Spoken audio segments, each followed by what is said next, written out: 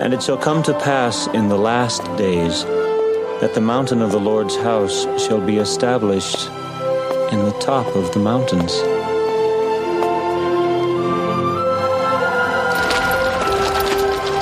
And all nations shall flow unto it. Even them will I bring to my holy mountain, and make them joyful in my house of prayer.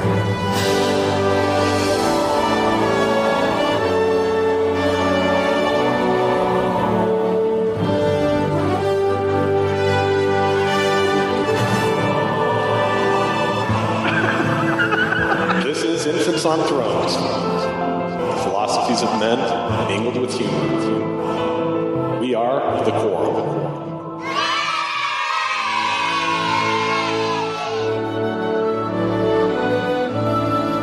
Welcome back to Infants on Thrones. My name is Tom Perry, and today I'm joined with Randy. Brigham Young walks into the door, and he's like, "Yes, brethren." And Matt. See, this is bullshit. Now it says it's 0.24. There's no way. And I thought we ended up having a fun, entertaining, sometimes we didn't stay on topic, panel discussion and movie review of The Mountain of the Lord. So, hope you guys enjoy it. Go ahead, Mountain of the Lord. Tom, the word you're looking for is the Mountain of the Lord was produced. Produced. There you go. Produced. I imagine it being put together, but it was. I don't know. It's a film. Films are well. So in the history of this, it was first broadcast to the world via General Conference in April of '93. Oh, was that one of those films that they broadcast in between sessions? Mm-hmm. I believe so. Okay. Yeah, really? it's April 1st, 1993. A few notables right from the get-go that I found was really, really interesting, and I'm sure you guys probably have the same scenario. Is on my mission, which I served from 93 to 95. So this was pretty fresh on my mind. I actually had 3 videotapes that I carried with me to every single area. It was Mountain of the Lord, Labor of Love, and On the Way Home. Okay. We also Did you guys have those same ones? we but the ones we showed more frequently was Mountain of the Lord and the, I don't know what it's called, but it's the one with Vincenzo, the Book of Mormon. Yeah, Vincenzo Di Francesca, How Rare a Possession. How Rare a Possession. Yeah. I didn't have that one in my quiver. Yeah, so those were ours. Vincenzo. It was the How Rare a Possession, Mountain of the Lord, and the other one you just said, On Your Way Home. With that On the Way Home. My wife, by the way, knew that chick that was the hot one in there. She went to college with her. Oh, okay. On the way home? Yeah, I was at BYU. I was neighbors with the teenage boy that made the shot at the end, and I have some insider baseball on that because my mission president made that film. No shit. Yeah, he was. Before he became my mission president, he was president of Bonneville Communications, and he was a movie maker. And it was so weird in my BYU ward to see that dude. He was kind of a douche. Wow! Like the older guy or the teenage guy? The teenage guy. The older guy was from Chips, man. That guy's like a non-Mormon actor. Oh, you're right, dude. He was the sergeant from Chips. Yeah, I knew he was a well-received actor, but I couldn't. Well received. He was on Chips, and then on, he's been on a lot of stuff. On the Way Home. Yeah, he has. He's a character actor, and he's. I don't know that you'd refer to him as a character actor. Okay, just anyways. Anyway. So my mission president used to tell us all kinds of stories about how church films are made. He made Mr. Kruger's Christmas, What Is Real, Together Forever, On the Way Home. Wow. He didn't make Mountain of the Lord. That was something that the first presidency took special interest in. But this and Mountain of the Lord was a very different. It was a much higher production value than all the other PR kind of films you were just talking about. Absolutely. The Christmas. This was another level. I totally agree because and you guys correct me if I'm wrong, and if any of you listeners out there want to correct me, feel free to. But if I recall, this was the first movie that had the church's name and stamped on it. Like it was under the direction of the presidency of the Church of Jesus Christ of Latter-day Saints and the 12 Apostles. Yeah, and the 12 Apostles. Yeah. Am I wrong that this was the first film that was presented at the Joseph Smith? What's that other building where they ended up doing? They did Mountain of the Lord. Yeah. Oh, No, like Legacy? Like Legacy? Yeah. Wasn't this before Legacy? No, I think Legacy was the first one. Yeah, Dude, Legacy. I'm gonna Google your ass and show you that you're wrong. You're Point 24 says you're wrong. Matt, you're wrong because I saw Legacy before my mission, and Mountain of the Lord came out right about the time I went on my mission. Yeah. So Legacy preceded it. Me. And actually, for my mission present, Legacy was Gordon B. Hinckley's special project. That was something he took complete control over, and was his baby. Okay, you're right, because there was Legacy, and then there was the Jesus Christ one after Legacy. So I think the Testaments, yeah. So some of the rules of Mormon official LDS filmmaking 101 is that you cannot play a missionary in a Mormon video unless you have actually served a mission. Really? Yeah. And I didn't know that. The other rule is that you cannot bear your testimony on camera unless you actually have one. What? Yeah. Meaning non-members. Non-members yes, cannot. Like the sergeant from Chips never bore his testimony on the way home. And is it also true? Then this sparks a memory for On the Way Home, because I remember hearing that they couldn't depict the baptismal ordinance exactly the way it was, except for they made an exception for On the Way Home, if I remember. I can't remember. I don't remember that, but if you notice when Brigham Young in the Mountain of the Lord gave a blessing to the Irish or the Scottish guy who was in the accident, he didn't say by the authority of the Melchizedek priesthood. He said by the authority of the holy priesthood. They omitted the Melchizedek, so it wouldn't be an actual ordinance on film. Brother James Livingston, by the authority of the holy priesthood. Really? See, I just thought that maybe that's the way they gave blessings back in the 1850s. No, I think they were being sensitive to whether or not this was a real ordinance. And the third rule is if 1 and 2 don't apply, if they're not playing a missionary and they're not bearing their testimony, the best actor gets the job. And they don't. They do not care. It's the best actor. Yeah, then it's the best actor, and they don't care if they're Mormon or friendly to Mormons. They just want the best actor for those parts. Fascinating. Now, this only applies to church-approved movies, though. Yeah, right? these are videos and movies that are officially sanctioned by the Church of Jesus Christ of Latter-day Saints. All right. So. Anyway, a funny story was my mission president liked to tell was that NARF that was in my BYU ward that played the teenage son. He was not athletic at all, and a storm was rolling in to Utah to the area where they were filming, and he kept missing shot after shot because they had to have a shot where he made it. And it was a long shot, so that they couldn't just do some kind of trickery with the camera. They needed the fucking actor to make that shot, and he missed, and he missed, and he missed, and he missed. Storm's rolling in. They're they're about to run out of time, and he finally made one. And the mission president said, all the staff erupted in cheering when he finally made that shot. We're on our way, Sarah. We're on our way. That would make for a great deleted scene on that DVD, man. Dude, this thing had a budget of $3.6 million. Well, yeah, they had. I mean, you look at that one scene where they burned down the Nauvoo temple. They had to, unless they had some really fancy special effects, which I don't think they had back in the early '90s. Well, I think they used miniatures there. I mean, but yeah, it actually looks really, really well. Yeah, you think they burned? No. The production value in this is it's very good. This is a very well done film. Yeah, really. And one of the things that stand out for me, I mean, I'm a big music nut, but the cinema music background, it's phenomenal from beginning to end. It grabs you.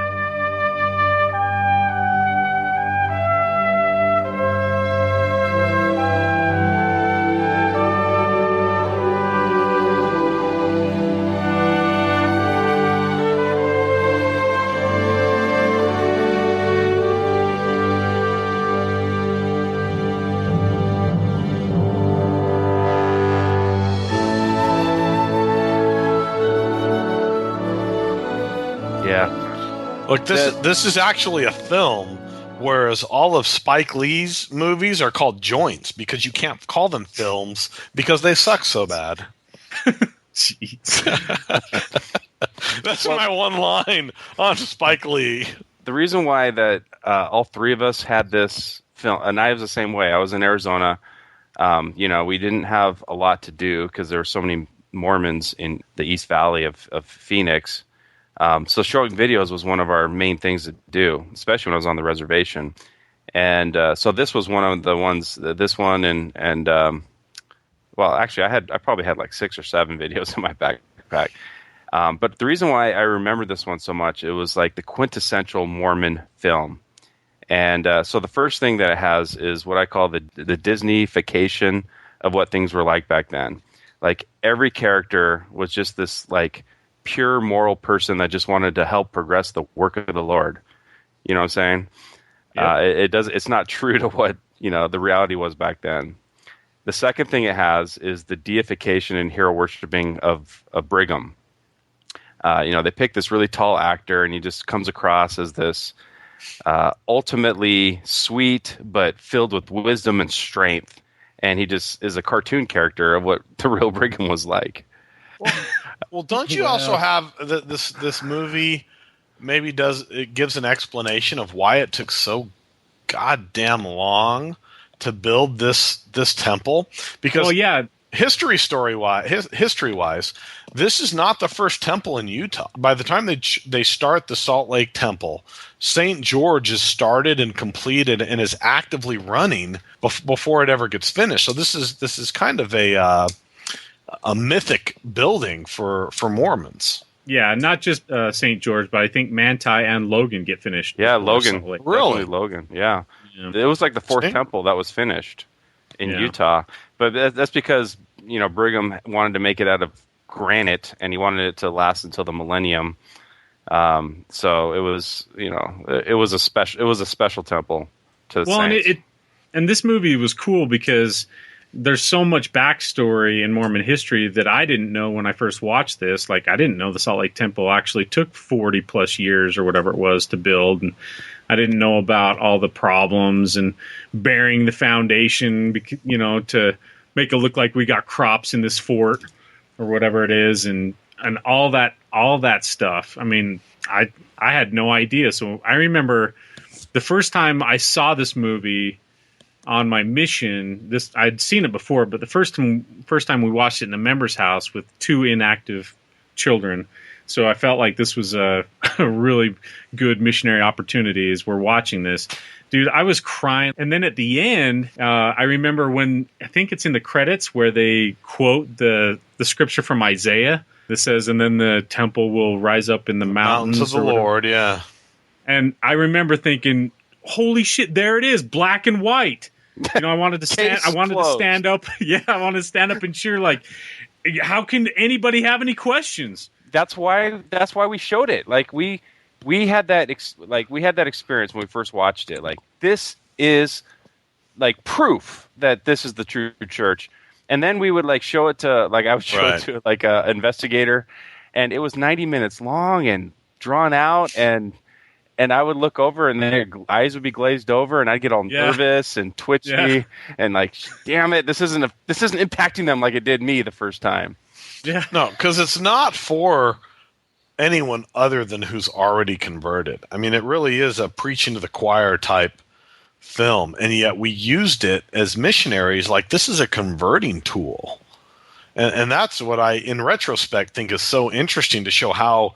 I guess how myopic we were as missionaries, thinking, "Oh, this is as impressive or as impactful to the outsiders as it is to missionaries." And why did we think that? Because they have one of the main characters is the New York newspaper reporter, right. And the fictional. And they said in the beginning he's a composite of real people, right? Which basically means he's fake. Yeah. And so we have the outsider being moved. I mean, he is moved. The actor is like emotionally moved at every turn of this story. I actually expected a deleted scene of him being baptized. Yes. that wasn't included in the movie. Yeah, and so we see the within the story, within the movie, this outsider that's being moved, and we think, well, geez, we just got to show this to people, and they'll be outsiders, and they'll be just as moved as the character inside the movie, and it's he's a fictitious character. Yep. That was one of my 5 points. Another one is the whitewashing of the doctrine. Not once is there a hint of polygamy. Yeah, I know. That's bad. And I think, I think that was intentional. That's why of course it was intentional. I mean, they focus on not John Taylor. John Taylor had just died in the film, or fairly recently died, and he died in captivity, right? Right. On the run, he was on the lam. Right. Whereas Wilford Woodruff was the one he's the savior of all of us because he is the one who writes the manifesto that gets rid of polygamy. So he's a good guy to everyone. Everyone can point to him and say, "Oh yeah, this is the guy who got rid of polygamy." And then the other thing they do, and this is unrelated to polygamy, is they make the actor who plays Wilford Woodruff is like the most jovial, nice, sweet grandfatherly type guy, whereas his picture, if anyone who's seen the picture of Wilford Woodruff knows, he comes off as just the surly, most angry dude of all the prophets. Oh, don't judge a book by its cover, Matt. Then I'm just saying. No, Tom, I'll judge a book by its contents. In his journal, he wrote that if any white man marries a black woman, the only way that they can be atoned is if their head is cut off. All right, so maybe he had some skeletons in his closet. He had some anger issues. Yeah. All right, let's kind of go through. I want to go a little bit, on the timeline of this movie. At the beginning, they talk about the groundbreaking on Valentine's Day of 1853.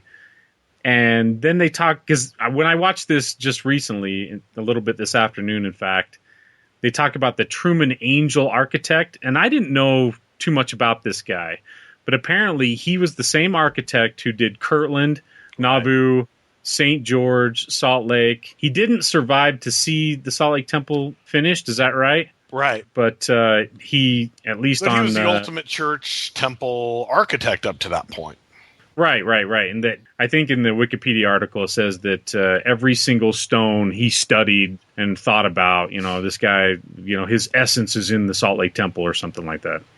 Yeah, and they have the cute scene where he wants to sit by the window, and he's got his apprentice with him or whatever, and the apprentice then starts to voice the concerns of the people that as soon as they drop the first stone, that all hell will break loose like it did in Kirtland and in Nauvoo. That's what the old timers say. I prefer the view from the window. Besides, President Young will be calling on us this morning, and I would like to be forewarned. He wants to discuss the plans for the new temple. Says it's time to push forward with the work.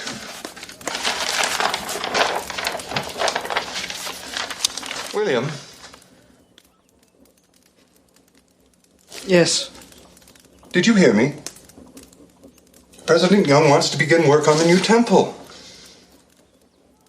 Well, it's wonderful news. I thought you would welcome it. Some of the old-timers?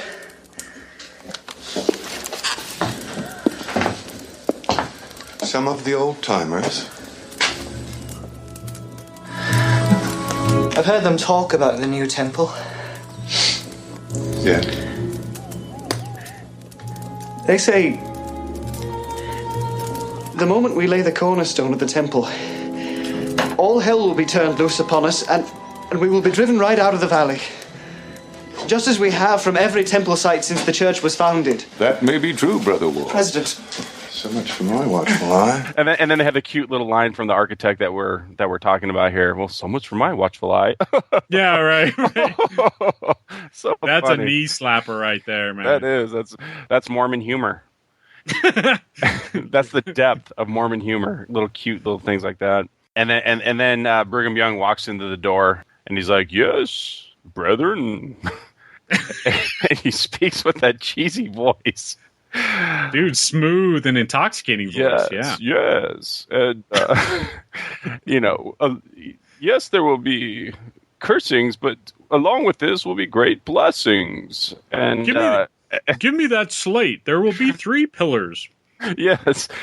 Once the temple work is begun, there will also be an increase in blessings and a power to overcome all evil. It wasn't my intention to suggest that... I know, William, but remember this. Men and women grow mighty under temple service. We must build this temple, that the Lord might reveal the ordinances of exaltation to his people. And we must start today. May I use your slate? Yes, of course.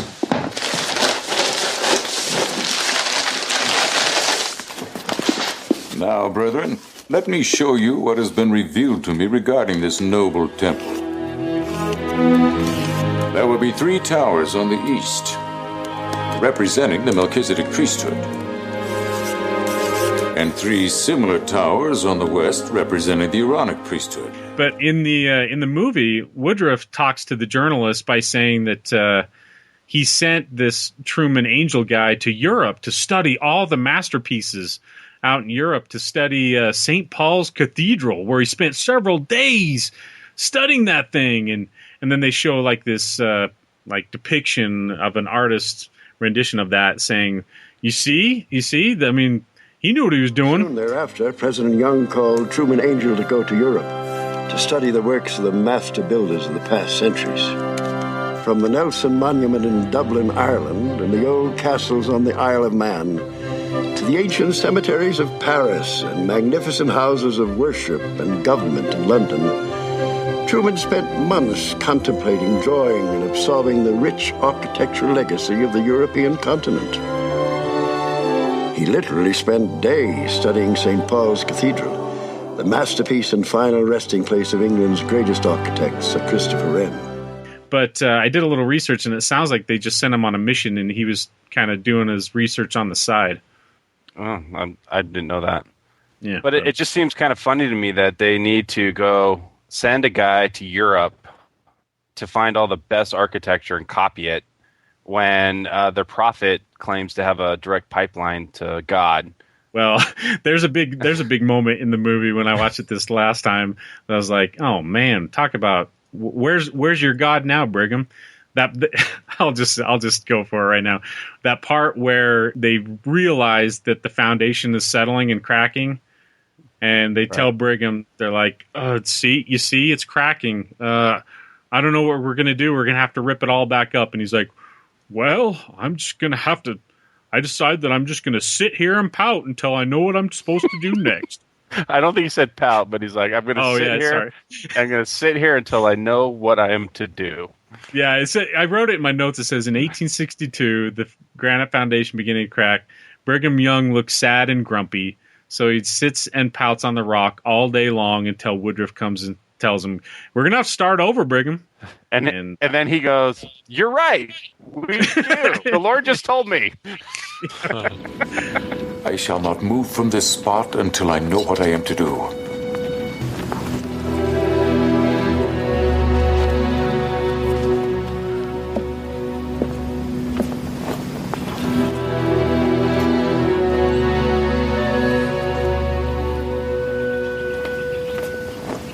Wilfred, please, come sit down.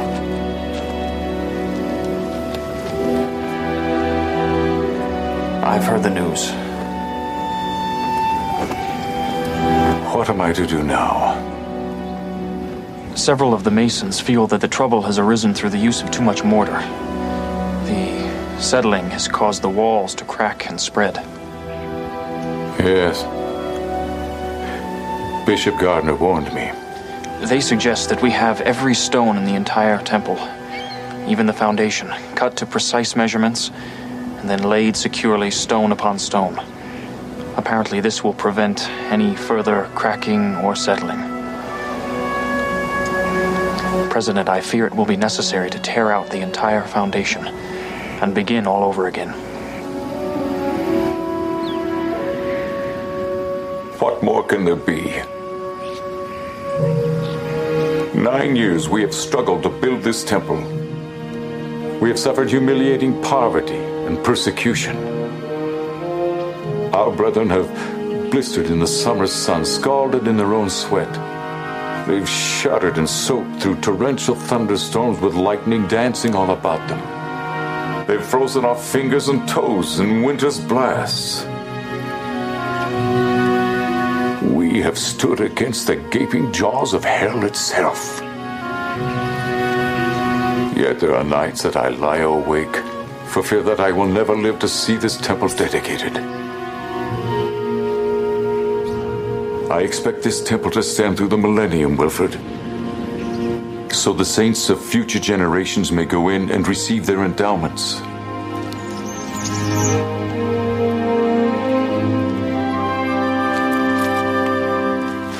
You are right, my friend.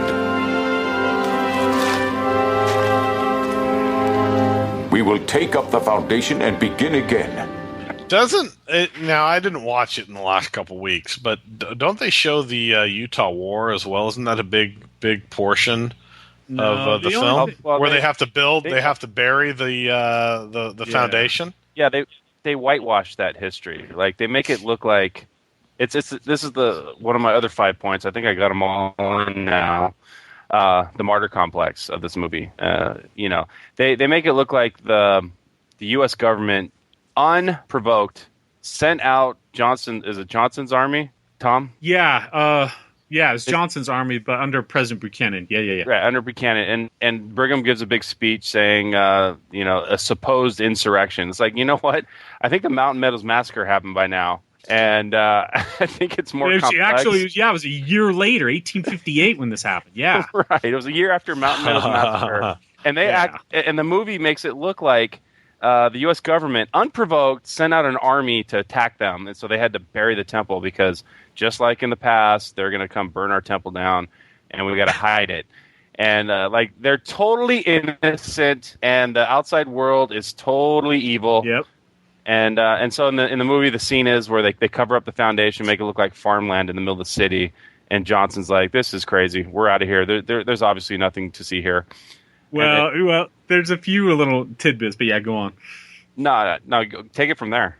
Okay, so I actually wrote down, I had to go back because I wanted to write down exactly what this was because I thought it was so pivotal. Brethren and sisters, we are fast approaching dire circumstances. The President of the United States, James Buchanan, having received false and ruinous reports of sedition and treason by this people, has ordered troops from the United States Army to march to our beloved territory to put down this supposed insurrection.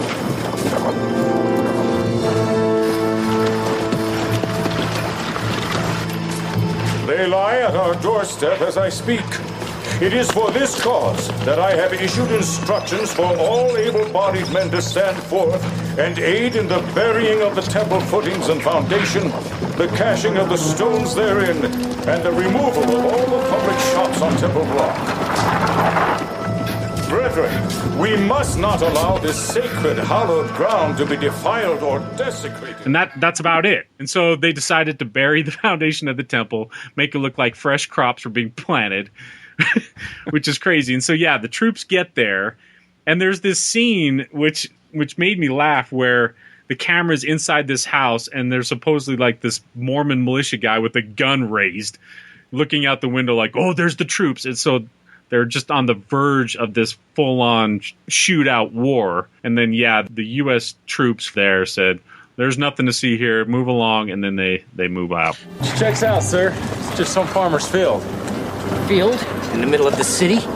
What'll these Mormons think of next? I think they are ready to burn this city to the ground should we so much as fire a shot. Now let's move it, Colonel. I see nothing for us to do here. Which they made it sound like the U.S. government was going to specifically to destroy the temple, which is not historical at all. And they totally gloss over everything. And I even wrote in my notes a few years earlier when they did the cornerstone ceremony that they had American flags everywhere. There's no way they would have had American flags everywhere, dude. They were anti-American then, man. Yeah. I couldn't help but wonder, like, ooh, these guys are the most patriotic people of all. but not in that time era, man. No way. Yeah, this whole movie is like a wet dream of what a true believing Mormon believes and hopes and expects that time was like, and it doesn't even resemble the reality when you go back and investigate it. Let's where's the next one? So we went over where Brigham Young looks grumpy and sad on the granite and sits and waits.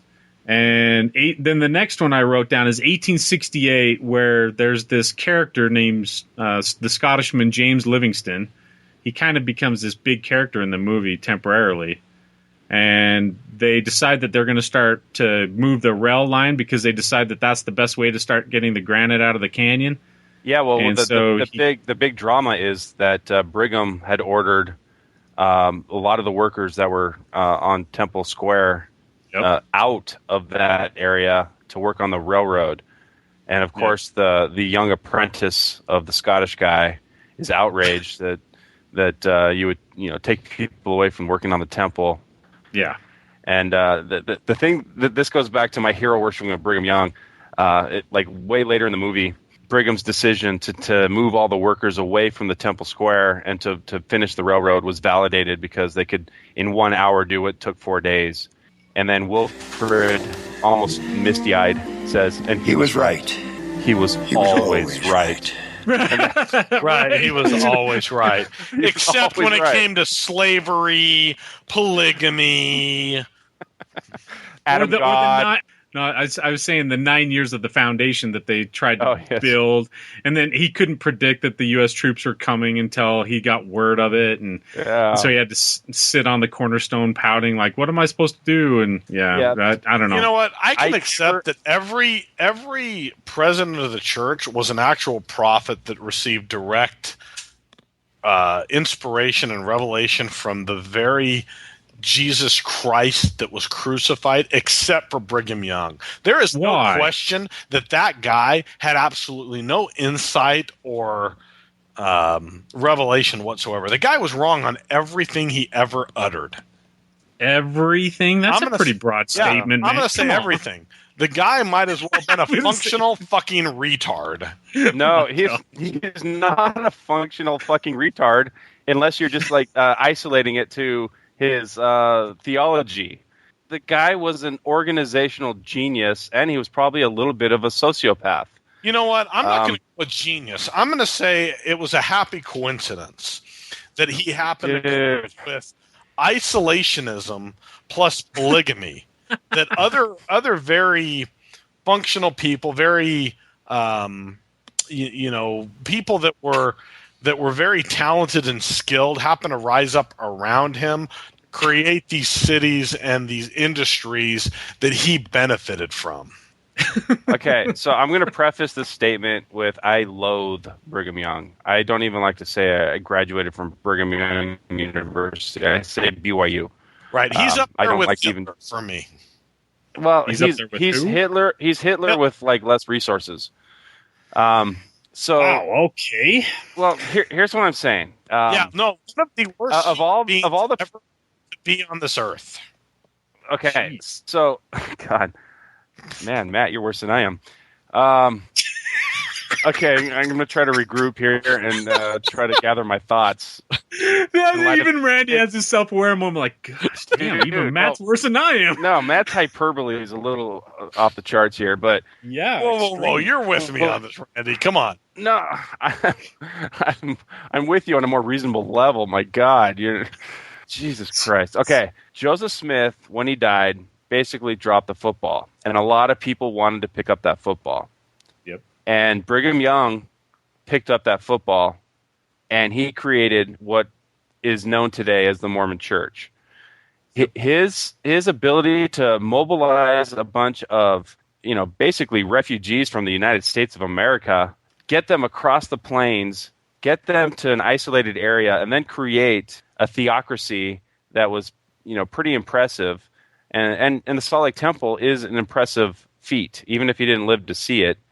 It's an impressive building and accomplishment. So I have to give Brigham Young credit for his genius in one area, but his moral compass and the fact that basically all of the theology that originates from Brigham Young is now rejected by the church. He was a failure in that way, but you have to give him credit for his ability to accomplish the things that he accomplished. Yeah, economically, he was a great and powerful leader. Except I don't know that we can say that he was the one that led, independent of other people. Well, you can say that with any leader, though. Sure, but that's what I'm saying is I think he gets a lot of credit for some of the the things that other people did. Yeah, well, he Fidel Castro wouldn't be Fidel Castro today if it wasn't for Che Guevara.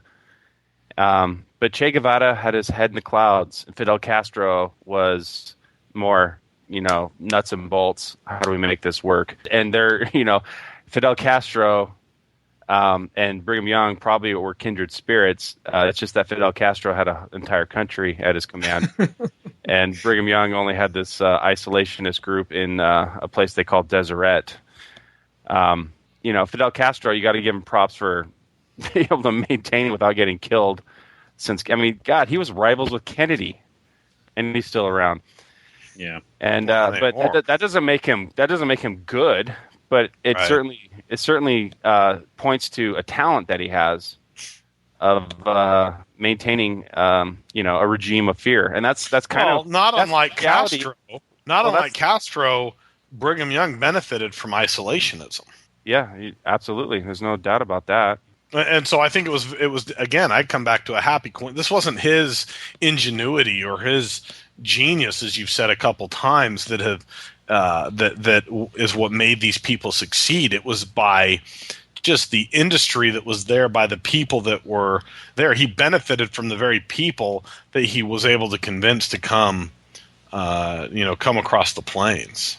Yeah, but he maintained a kind of order to it. There could have been complete anarchy. And to the extent that they were obedient and they did pledge allegiance to this, as you said, theocracy. But beyond that, I don't know that he did any. I don't think he can be pointed to as doing anything, even by virtue of his leadership, to say, "Wow, this was a real indication that Brigham Young did anything that really brought these people to this point." I think he can. I mean, I'm no fan of Brigham Young either, but I totally agree with Randy. I mean, he has a lot of cons, but he does have some pros on his side too. He did some pretty impressive things in his time era. I mean, even from a critic like me, and believe me, I pretty much side with both you guys as far as him and a lot of his negative attributes. But I mean, you can't deny a lot of the good that he did. Well, you can't deny that. I just don't agree with Matt. You can't deny that he was an organizational leader, and exactly, and through his leadership, a lot of amazing. Utah's a state now, largely because of Brigham Young. Like, what would have happened to the Saints if Sidney Rigdon had won the day? I probably wouldn't be born. There would be no Mormon church. Right. Every other branch failed miserably except for one, and it's like floundering right now. Yeah, I don't know. I think you can attribute the success of the Mormon Church in Utah to two things: isolationism and polygamy. Whoever would have adopted those two things, I think would have been able to succeed by virtue of the people that were in the valley there, in the basin. You're skipping over a lot of factors, like being able to find ways to negotiate effectively with the local natives and the Indians and stuff like that. This is a total tangent, man. Total tangent. Yeah. All right, Judas. Matt, back on Matt, you're wrong. Just accept it. Exactly. Okay, I accept that. Not the first time, not the last. So fuck you, Brigham Young. I hope you. No.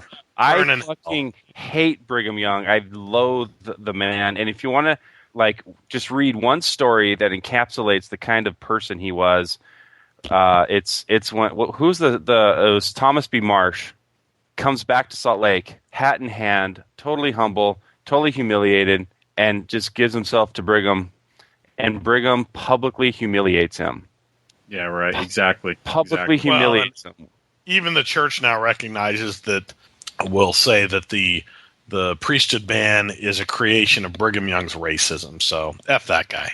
Isn't he the first one that really commingled the finances between his own personal finances and the church's wealth? Yeah, his finances and the church's finances were essentially one and the same, if I remember right. Yeah. Well, there's a scene that just made my blood boil. There's a scene that made my blood boil when it's a scene we've already talked about. He's sitting and pouting on the foundation that's cracked, and he's like, "We have suffered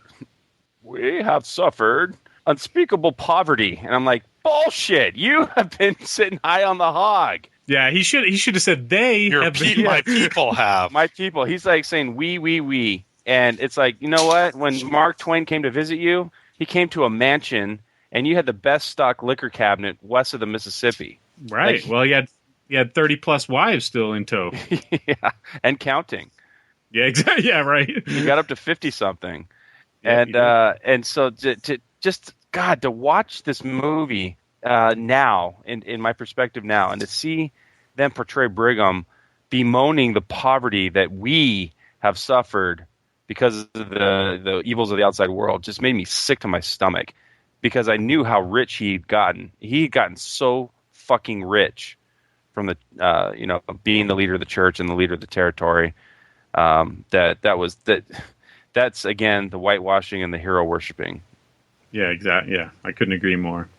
So back to this James Livingston guy. I mean, I don't know if you guys know any of the backstory, like if he was a real character or if he was just a fictional character that was made up for the movie, where he fell off the mountain and blew up, and then Brigham Young gave him the blessing, and then Woodruff says, "Oh yeah, he survived, but he lost his arm though." Yeah, well, no blessings have ever healed amputees. Yet. Yet. Don't close the door, Randy. That's a good qualifier. To date, no priesthood blessings have ever healed amputees. All right, so if we fast forward, because after that, there's the real fast timeline of eventually the troops backed off, and they were able to uncover the crops, the temple, and then get back to work. And they had to, the way they fixed the foundation problem is they had to cut the granite to precise measurements. Yeah, they couldn't use any mortar. So, I guess all the granite in the foundation of the Salt Lake Temple is mortarless. Like, there's no cement. I guess, yeah. They're just all precisely fit together so tightly, and they're granite, so they're really dense and heavy. Yeah, it's like a game of Tetris, yeah. Yeah, exactly. A game of Tetris that architect was in charge of. and so that prevented, because mortar expands when it sets, and that's probably what caused the cracking. And you would think a prophet would see that coming, but he didn't. And they did a redo, like 9-10 years after, and 30 years later, the outside of the temple was done. Yeah, it was in what was the year? I don't remember. I remember it was very shortly before the manifesto, which is also made me go. There was all kinds of pressure. Like, if a reporter from New York comes in the 1890s, the first question he's going to ask is about polygamy. But if Wilford Woodruff invites him into his home and then sees his grandkids praying and gets caught up, like, I want a family like this too. And how many wives did Wilford Woodruff had? He had a few, right? Yeah, he had a few. I have no idea. He had 8 or 9. It was actually a surprisingly low number. I looked that up before we started the podcast. Oh, okay, cool. Remember the scene where he's young, Wilford Woodruff, and he comes back from his mission. He sees the Kirtland Temple for the first time, and it's this amazing moment. Yeah, he says, "Brother Smoot." Abraham Smoot. Brother Smoot, hurry, come quickly. Completely unrelated. Reed Smoot was the cinematographer on this film, so some descendant of Reed Smoot, I assume. Oh, okay. Yeah. Cool. There you go. Well, Wilford Woodruff's wife, after his beloved Phoebe died, his public wife after that was... I like the lengthy courtship of 2.5 months. That beautiful vision, I was later to discover, was a certain Miss Phoebe Whitmore Carter, the local school teacher. We were properly introduced a short time later, and after a lengthy courtship of 2.5 months, we were joined in holy matrimony on the 13th of April, 1837. Phoebe. One of the temple names, by the way, for females. Yeah. Well, anyway, that guy that was Slow, his companion there in that scene, he married the niece of that guy who wasn't born until 2 years after that scene, and that was his public wife after Phoebe died. Anytime he went anywhere in public, it was Abraham Smoot's niece, who was born in 1838. Really? Yeah, I thought that was pretty. I thought that was interesting. That's hot. That is interesting. That's hot. How 14 was she? He married one woman when she was 15. And I think this is the same woman. He married her when she was 15, Abraham Smoot's niece. But they did not have kids until she was 20. So maybe he married her and just put her on the shelf until she had her period. Yeah, good for him. Jeez Louise. This is taking a very dark turn here. So we're back to the temple being finished, essentially. Woodruff's an old man now. Towards the last half of the movie, where there's quite a bit of focus on Woodruff essentially converting this fictional journalist to the church, where like the journalist says, "I didn't know the scriptures quite like I thought I would. Whatever." He's in the presence of this grandfatherly wise sage who's enlightening him by expounding on the scriptures in a way that, like, this reminded me of like the Missionary Guide. You guys remember the Missionary Guide? Yep. So you would role play with your companion, and you would ask questions to an investigator. And your companion would always give the answers that you would hope that an investigator would give, but it never really translated into real life. Right. And so at every turn, this New York newspaper journalist asked all the right questions and had all the right interest, and it was so cheesy to watch this process. It's like, this is like the golden investigator that we all dream about as missionaries. And they just splashed it up on the big screen with this guy. He's so moved at everything and so interested, and then asked the right questions. So does this mean you're talking about eternal marriage? And it's like, no, like a normal person wouldn't even make that connection. Well, see, I felt like this was the missionary tool of the movie, where the investigator would put themselves in his shoes. And then at the end of the movie, you kind of turn to him and say, "Okay, so when do you want to be baptized?" I mean, really? And that's why we all thought this would be a great movie to show people. But in real life, it doesn't. And herein, look, dude, when another religion builds a building, how many shits do you give? Not very many. Right. And how many shits do you think any devout Mormon gives in the area when any other religion builds some sort of building of worship? That's literally how many shits anybody else beyond Mormonism gives about the buildings, the temples that we build. And somehow we attribute meaning to them. And this film is a good is kind of a good representation of that. We just built a new temple here in Arizona, and you would think that it was the only building ever to be built in the last 100 years, the way people here were treating it. And you talk to my friends and all types of people who are around here, nobody gave two shits about it. Okay. Yes. All right. But didn't you see the look on the reporter's face? No, but it's an important point. I think it's an important point for Mormons to really realize this is something that you care about. It's great. It's great, whether it be the Salt Lake Temple or whether it be, the new Gilbert Temple or the new temple that's being built next month, whatever. Nobody gives a shit because it's just brick and mortar and a bunch of paint and too much money that's going to a building. And if Jesus, the guy you pretend to believe in, really, really cared and was really, really here today, he'd say, you guys are wasting a lot of fucking money on a building that ultimately doesn't help a lot of people. Well, that does that reminds me of one of the big scenes in the movie. It's the dedication of the outside temple, and right at the end, right. And so they got all the saints singing "Spirit of God," like a fire is burning.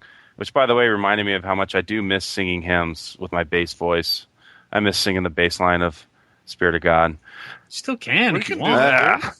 You can even do it on a podcast if you want, Randy. I'll have to do a mini-sode on it. But then Wilford Woodruff gets up. He's at that time the president of the church, and he says, "If anything has gotten the attention of our Heavenly Father, it's this scene right here." If there is any scene on the face of this earth that will attract the attention of the God of heaven and the heavenly host. It is the one before us today. It's like, really? You're the one true church, and you got to get all these people together to sing just to get his attention? What is he doing? Is he busy killing kids in Africa? But that whole scene was like, a perfect example of emotional manipulation, which is, one of the things that this movie just does. It's pervasive in this movie is all the emotional manipulation. It's very good at. Yeah, it's very effective. It's very effective. Like the prayer that the grandfatherly Wilford Woodruff has with his 3 cute little grandkids. Yes. And then the girl gives Mr. Callahan, the New York reporter, a kiss on the cheek, and he's just so moved. Like kissing him on the cheek just made him realize this is the one true church. Like cute little Methodist girls couldn't have kissed him on the cheek and had the same effect. All these little cheap fucking moves that they make in this movie to manipulate people. Hey, hang on. You say cheap, but there's not a straight heterosexual man who hasn't cried watching this movie, man. I mean, there was many a Tom tear that was shed watching these movies. Yeah, because of their cheap tactics worked on you, and they worked on me. They worked on me back in the day. Like, why do you think I carried this in my backpack and made people sit for 90 minutes to watch this piece of shit? I still remember a member family that we showed this to, and at the very end, I'm pulling it out of the VCR, and I turned around and I can't remember her name, but she's like, "Elder Perry, you okay? Are you okay?" And I'm like, "I'll be fine." I had tears coming down my cheeks. I come back to the non-Mormons are thinking, especially, so I was in the Marshall Islands, which these people are living in literally plywood shacks with 3 walls of plywood, 1 wall of brick, and then a tin roof. And they're thinking, you guys built this fucking building? And that's what you guys are coming to show me. I am convinced that these people are looking at us like, what's the point? So you built a big building. Congratulations. But it took 40 years. Right, it took 40 years. Yeah, and it's all out of granite. Lost his arm. Yeah, or he lost his arm. Was it granite or was it limestone? It was granite. Granite. Anyway, so towards the end, this caught me off guard this last time since I watched it. It said once they finished the outside and they put the golden Moroni on the top, they said that the interior of the building took only a year to finish. Yep. And then in the movie, they spent a pretty good amount of time showing how those doorknobs were made. Did you see those doorknobs? They were amazing. Absolutely amazing. Yeah. And then one of my favorite lines towards the end was when Woodruff said that originally the state of Utah was supposed to be named Deseret, but one senator who was not favored toward Mormons decided to name the state after the Ute Indians. When the Saints first petitioned for statehood back in 1850, they wished to call their state Deseret. But one senator, not too favorably disposed towards Mormons, decided that they should have the name Utah after the Ute Indians. But what does Utah mean? And I looked it up, and Utah means the top of the mountains, fulfilling Isaiah's prophecy. Ha ha ha! Joke's on you, Senator. It was not until years later that I came across the meaning of the word Utah. It means top of the mountains.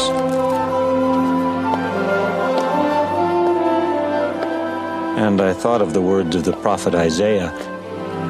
And it shall come to pass in the last days that the mountain of the Lord's house shall be established in the top of the mountains. God still wins in the end. Yeah, exactly. Like imagine if you lived in Salt Lake City, Deseret. That sounds so stupid. I live in Salt Lake City, Utah, which means tops of the mountain, which the Lord manipulated a evil senator to name us, only to ironically get the last laugh in the end. Ha ha ha. So at the end, I mean, I guess we should probably give our own ratings. I'm looking on IMDb right now. The Mountain of the Lord. It's like 10 out of 10. 8.3 out of 10 is what it says, yeah. Yeah, because the only people who are voting on it are people who've seen it, which are Mormons. Oh, come on. Well, Tom, you can't just say that for sure. Tom, who would care enough to watch 90 minutes of this propaganda unless they're Mormons? Unless they're Mormons. Like anyone who would give it like 1 rating would last 10 minutes, and they're like, ugh. You know what? This is a curious thing. I mean, obviously we don't have the wherewithal to do it now, but I'd love to hear maybe if there's any listeners out there that are non-Mormons, if they want to give this movie a listen, send us your feedback. I'd love to hear what a non.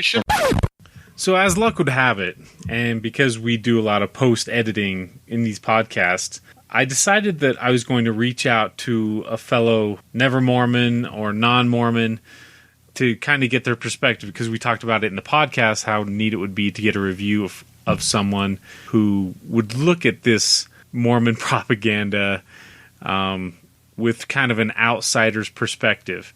And so, of course, I reached out to Facebook, and then I also emailed Hillary, who is very famous for doing one of our listener closers. She's the librarian from Normal, Illinois, who will also be featured doing the closing of this particular episode. But I emailed her, and she was happy to give a written review of this movie. So yeah, I'll go ahead and read it. Hi, Tom. The closest thing to a review I can muster is what follows. As promised, I didn't look up anything about it before I watched it. I know you're looking for an outside opinion, but I think it takes more Mormon cred than what I have to critically review this movie. I'm not sure whether it's what you're looking for, and absolutely no hard feelings if you don't use any of it. I'm tickled that you thought of me. I'll be your guy's Nevermo anytime, Hillary. Mountain of the Lord. I don't know what to tell you. All I've got is eye roll and snark. It sucked. It was painfully boring. When was this made? Were children subjected to this? I can't fathom how this could be faith-promoting, because I don't know how anyone could pay attention to it for longer than 10 minutes. When Woodruff meets his wife at the window, I was hoping it was going to turn into a musical just to liven it up a bit. Also, if I'm able to pick up on some of the revisionist history, I can't imagine what I must be missing.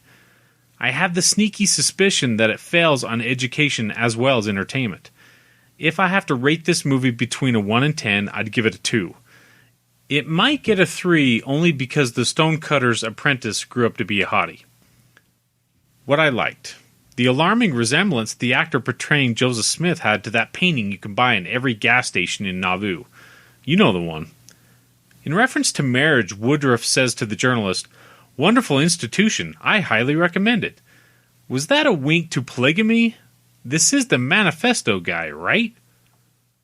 I'm pretty sure that journalist wouldn't swallow the off-the-cuff exaltation explanation quite so easily. Would Woodruff be broadcasting it to a reporter in the first place? It counts as a like because it's the only scene in the movie that actually moves along at any reasonable pace. What I hated. I found Brigham enormously creepy. That voice was not commanding in a good way. People act like scared children around him, which compounds the creep factor. Only 2 women speak in this entire movie? Seriously? So the journalist is too busy to marry, and Wilford turns around and teaches him about eternal marriage? Was it just me, or did it feel like he's basically saying that it's okay to go ahead and marry because it's really not that important to spend time with your wife in this lifetime? So I'd like to publicly thank Hillary for sending in that review as a Nevermo and really giving us an outsider's perspective on how great of a on how not great of a movie this is. Seriously, Hillary, I really do appreciate it. Thanks. Here's the thing, though, I will say, just by way of a film, I think I can independently say, or just objectively say, as far as the film goes, yes, it's propaganda. Yes, it's told from a certain perspective, but it's a well-done film. Yeah, it is. Okay, so if the acting's good, the cinematography's good. There's some beautiful, there's some beautiful shots. Scenery was. They do a great job of showing the temple in various stages of build. I mean, they do a good job. The music, as you pointed out, Tom. I mean, so if you're just saying objectively, is this a decent film? Yeah, I think it's a pretty good film as far. I mean, compare this to like the Book of Mormon Volume 1, and it doesn't even compare. This is a decent little film. And they had very comparable budgets. So it's just kind of funny. $3 million versus $2 million. But so, okay, if you're going to rate a film based on production value, I give it a high rating. But if you're going to rate a film based on artistic value, This thing gets like a 1 to 2. It's god awful. No, artistically it's fine. No, it's not objective. It's not well. It is not. No, artistically it's all fine. The cheap emotional manipulation is sophomoric and pedestrian. Yeah, but that's what films are, dude. Yeah, do you not watch a lot of movies? I watch a lot of. What about oh geez, what's the Denzel Washington movie? The Training Day? No, the Titans. Remember the Titans? Titans. Come on, that had the same freaking kind of cheesy, real easy emotional manipulation. That goes back to Randy's point earlier because that's a Disney movie. Yeah, the Disneyfication.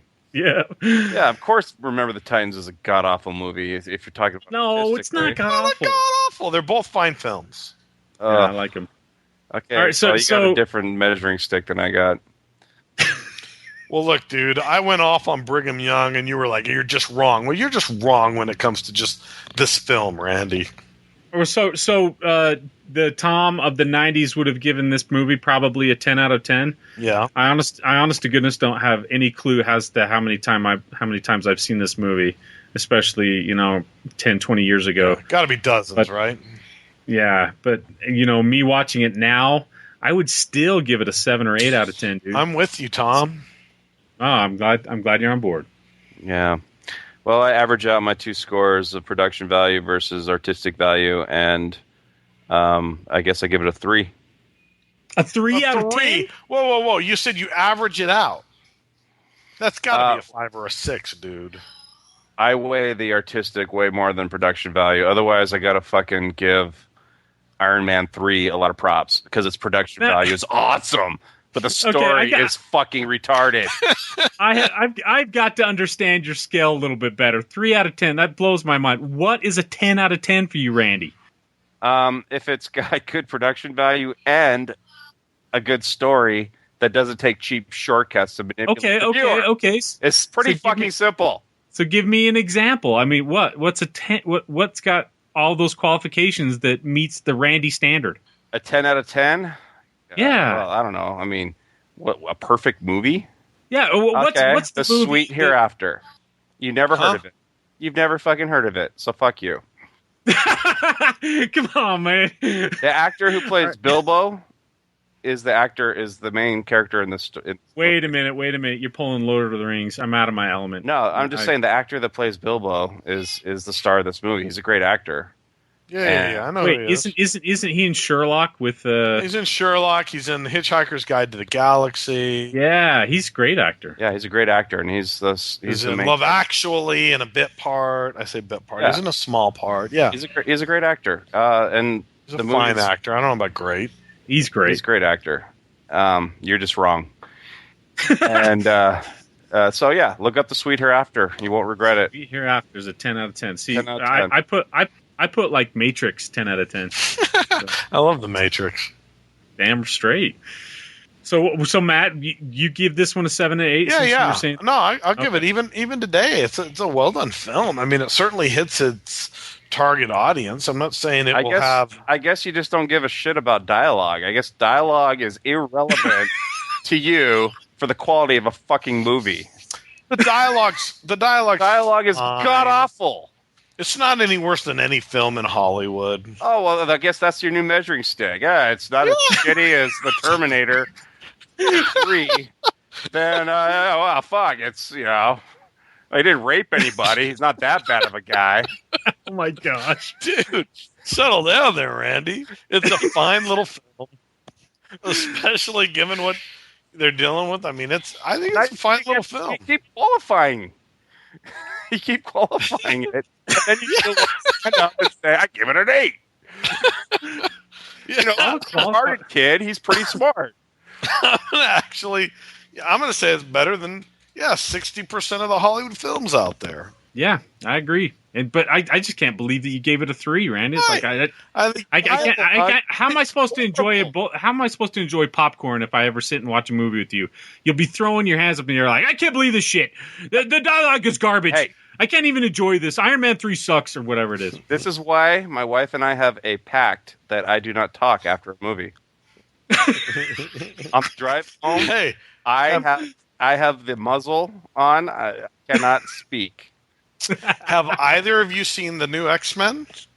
No, I haven't. We just saw it today. It was really good. Bob gave it a 4.5 out of 5 on Facebook. Yeah, well, Bob's taste sucks.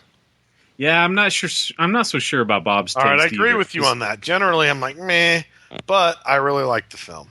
He gave Dredd like a shit review, and that's Dredd bullshit. was pretty bad, dude. Dude, the new Dredd? Are you kidding me? The new Dredd sucked pretty bad.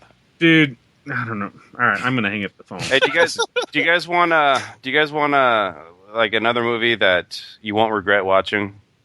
Yeah, I wouldn't give it a 10 out of 10, but it's so fucking good. It's called In Bruges, and Bruges is spelled Bruges, and it's a low-budget film that Colin Farrell's in, but he does a great job. And then Ralph Fiennes, who's Voldemort, doesn't even show up until like the last 20 to 30 minutes of the movie, and he steals the whole movie. He's fucking brilliant. And it's a very interesting, complex, but funny movie about 2 Irish hitmen. And I don't know, dude. Spell that again, dude. Given those two, you just sound like that guy who's like the douchebag guy that's like, I'm going to talk about these real obscure films that nobody's heard about. Don't watch it, Matt. No. I'll watch it. I'm just saying, you've just given 2 movies that you're like, oh yeah, check these out. Because asked me for like my all-time favorites, and I'm like, okay, now I'm like going through my Rolodex here in my mind. All right, spell it again, because I guarantee I'll watch it. I honestly think Dumb and Dumber is one of the best comedies ever made. Yeah, I agree with you there. All right. It's called In Bruges, IN, and then capital BRUGES. It even has the guy who played. It has a very heavy. The hell, it's not in Netflix? No, I remember when it came out, dude. Because when you said that, I remember the film. I don't remember anything. I didn't go see it or anything. Yeah. So anyway, if you're gonna ask for like my favorite movies of all time, it's gonna take me some time to like sort out. Yeah. I can't believe you didn't like Dredd. What an asshole you are, man. Yeah, I tried to go through it, and it's just kind of shit. No, it's totally the premise. shit. The premise itself sucked. No, it doesn't. It's the perfect. And then it didn't have Roy Schneider, which really made the first one. Gosh, I couldn't even keep it straight. I know, dude. All right, so I guess maybe we should put a cap on this. So if any of you listeners out there want to give your reviews of Mountain of the Lord, I'd love to read them. I'd love to hear what you guys thought, especially if you watch that movie now. Yeah. All right, I'm going to go ahead and state for the record that I think a non-Mormon would probably give this movie at least a 5 or 6 out of 10. That's what I think. I'm going to say that Patrick would give it a 3 or 4. Jeez Louise. No, I'm just making a prediction. Jeez, you don't have to hate on my predictions. Jeez, it's just a fucking. All right, no, yeah. I think that the Heat will lose. Here's the thing. I would. You. I would also expect Patrick to give it a very low score. Although I generally think Patrick is wrong on most films he watches.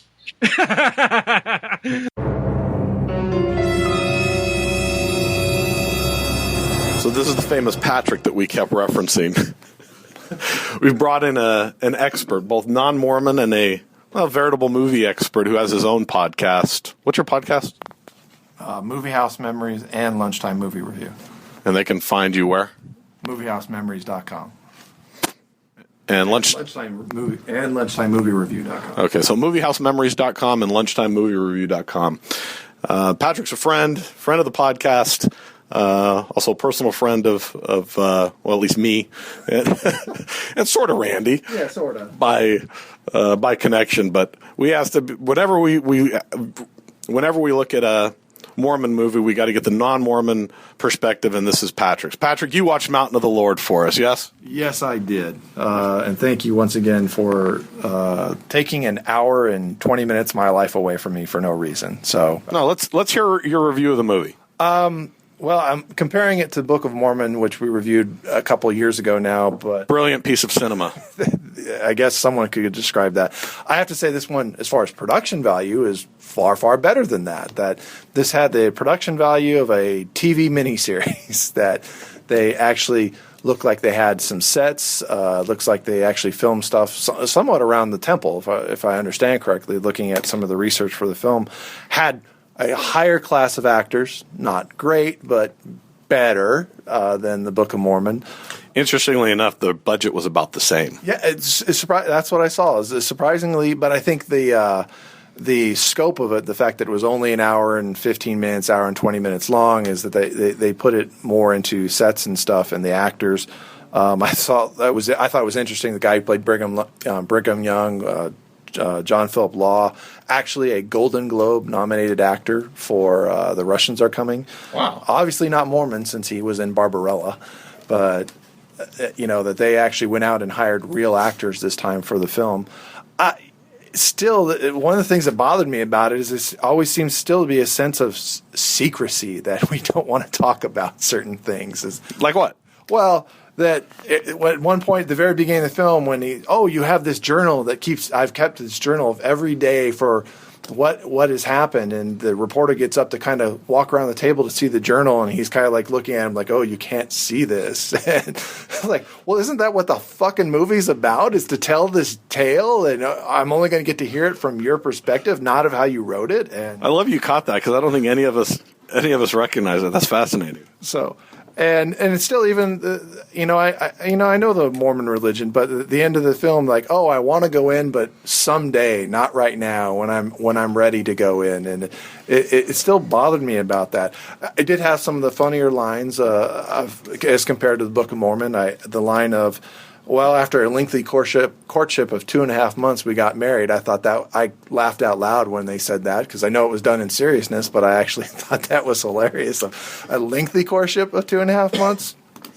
I still felt the film it still drug. That I thought it could have been a very interesting film, because I didn't know about anything about basically the creation of the temple.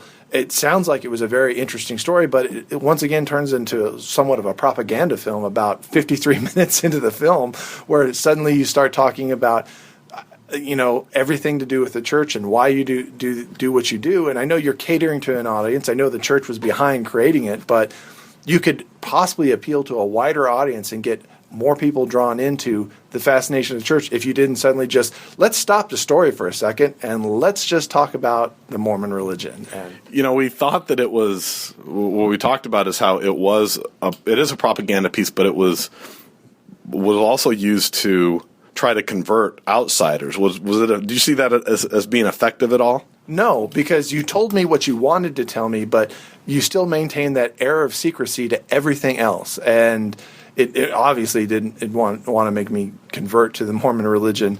There's no religion that's going to do that for me, but it's so heavy-handed, and I wrote it even down on my thing. About, almost literally at the 53-minute mark is where they start with that, and it's just like slapping you across the face of, here's the propaganda of why the Mormon Church is better than any other church, and our beliefs and our system and everything like that. And it just tell me the story. I mean, I would prefer to have seen maybe a secular film about the creation of the Mormon temple. It would have been more interesting to me, because obviously there was a struggle. As long as it took the form of the temple, that is an interesting story in that. There's got to be an interesting journey in that.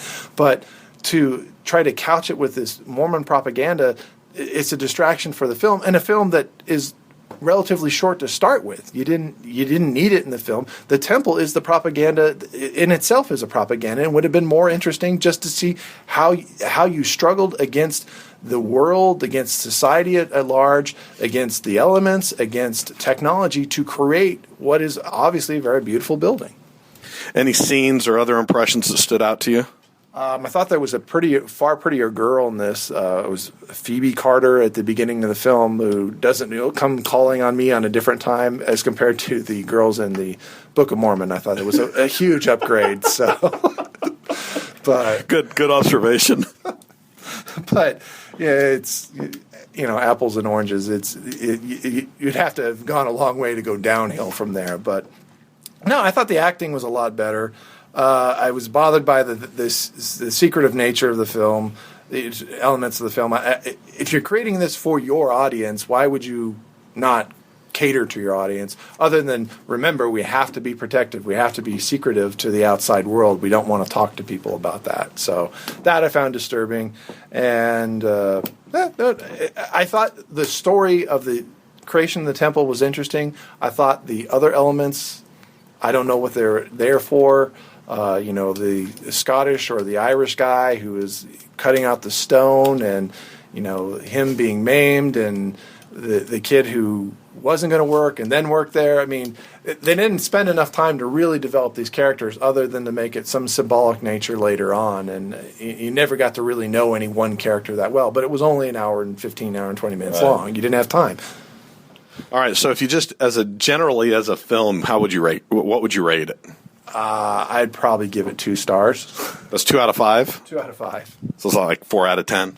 Yeah, 4 out of 10. Good production value, a possibility of a good story, not fully fulfilled. Acting wasn't horrible, wasn't great, but it wasn't horrible. And I'm comparing it next to Book of Mormon, which was horrible. That was an appalling film and difficult to watch. And much longer, if I remember correctly. It seemed like it lasted about 30 years, but we all agreed on that. All right, any other thoughts? No, that's it. Well, that's our resident non-Mormon Patrick's review. We'll see you for when we review one of these church films.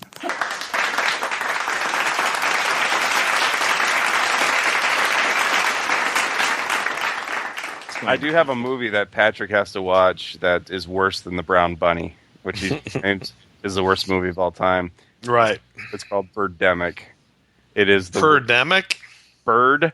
Oh, Birdemic. Oh, I saw part of that because I sent you a YouTube video of review of it. It feels like it was made as a spoof. Yeah, like it had to be a fake movie. Yeah, but it's not, liberals, right? But it's not. It's liberals that wanted to make a statement about global warming, and it is. I mean, I'm obviously believe in global warming. It's pretty much established. And I think it's something that's important to our species. But God, this movie was so bad. It was so bad. Have you seen Jesus Christ Vampire Hunter? No. Oh, is that on Netflix? That sounds funny. Yeah, it's not on streaming, but it's on DVD, and I think it's on YouTube. I'll send you guys a clip. It's right in the same realm of Birdemic. Me and my friend watched this because we were having this kick of watching really, really bad movies like Ice Pirates. Yeah, when you got like a combination of the dialogue being crappy and the production value, that's when you got like a catastrophe. Jesus Christ Vampire Hunter, there's this scene where Jesus he's walking through the park, and these 2 goths pull up in this black SUV, and they say, "Hey, Jesus, you haven't seen or heard from us for a while. That's because we're atheists." Hello, Jesus. You don't know us because we've never talked to you before. We are the atheists. Look, Jesus, we're taking your second coming as down. Consider this the 13th station of the cross. Let's get on with the conversion. And then there's like this full on, like terribly choreographed fight scene, and I laughed until my gut hurt. It was one of the funniest things I've ever seen. It was so fun. Well, there's a movie with it's a lot like Mountain of the Lord. It's got high production value, but shitty dialogue, and it's it's basically propaganda by the religious right to breed fear in their kids going off to college. Because if you go off to college, you're going to meet a professor like the antagonist in this movie. He's an atheist, and he wants everyone when they get to class, it's a philosophy class, He says, everyone needs to sign that God is dead. If you don't sign this form, you're not going to class. So we got to review that movie, man. Oh, that would be brilliant. Yeah. Sign the dotted line. And so then the crux of the movie is the kid and the professor get into a debate.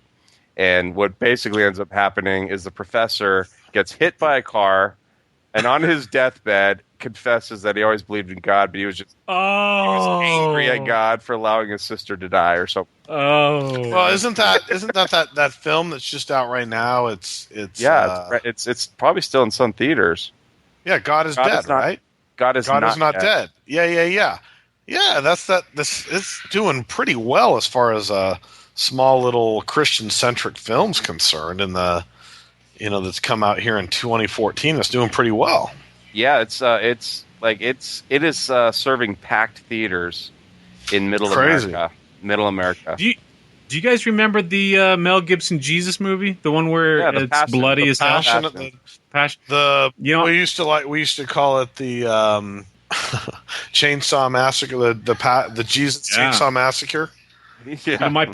My parents took me to that movie for my birthday in the theater. Birthday. Yeah. Yeah, I thought the Mormons pretty much kind of boycotted that film. Really? Because in my circles, the Mormons totally embraced it. Oh yeah, and here in Arizona, they basically boycotted it. Well, it's rated R, and so that's one strike against it. But like I was at USC when it came out, and so I was in my LA ward that I grew up in, and people would like publicly say, we don't celebrate the gore of the crucifixion, but like in the corners of the hallway and in the cultural hall, people would say, I've seen it. It was awesome. It was so moving. We have our own. Just to see what Jesus went through for us. The Mormons have their own, their New Testament. The Lamb of God. Media. No. It's To This End Was I Born, which was a new media video that's the same one. That they showed seminary TV. Yeah, it is originally called The Lamb of God. But it wasn't as gratuitous. No. It was originally called To This End Was I Born, and then they edited it down to The Lamb of God, and they cut out about 10 minutes of the passion scene of the violence to make it a little less gory. But the To This End Was I Born, I mean, there's a whole bunch of basically passion stuff where it's just the violence, the gratuitous violence end of it. Yeah, the whipping and the 9-inch nails. Yeah, those wrists. Yeah, 9-inch nails. Clever. That's why they call themselves a 9-inch nail. You didn't know that, dude? That's okay. Maybe that's true, but I'm a pretty strong 9-inch Nails fan, and that's pretty much hearsay. No, that's totally true, dude. No, it's not totally true. Black as your soul. I'd rather die than give you control. That's like anti-Christian. That's lyrics. Fine, he's been anti. I'm not saying that, but I've heard plenty of interviews where Reznor doesn't specifically state that that's where. That's because it would get rid of all the intrigue of if he says this is what I meant. It's like, well, yeah, Tom, you're just wrong on this one. Everybody's got to have their turn.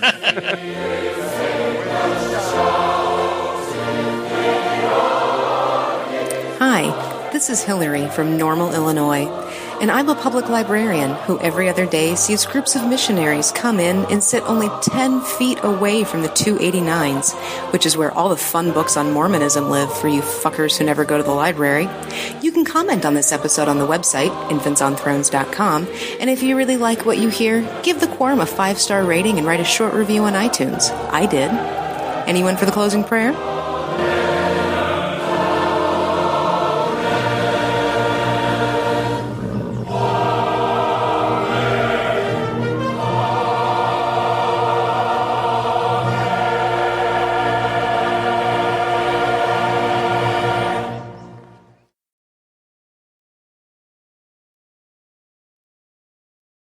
Let me see what I've gotten right now. Let me see where I'm at right now. And again, I think I need to recalibrate this thing. But hold on, I'm gonna blow it live here on. Is that little keychain breathalyzer you have? Because it's a fucking piece of shit.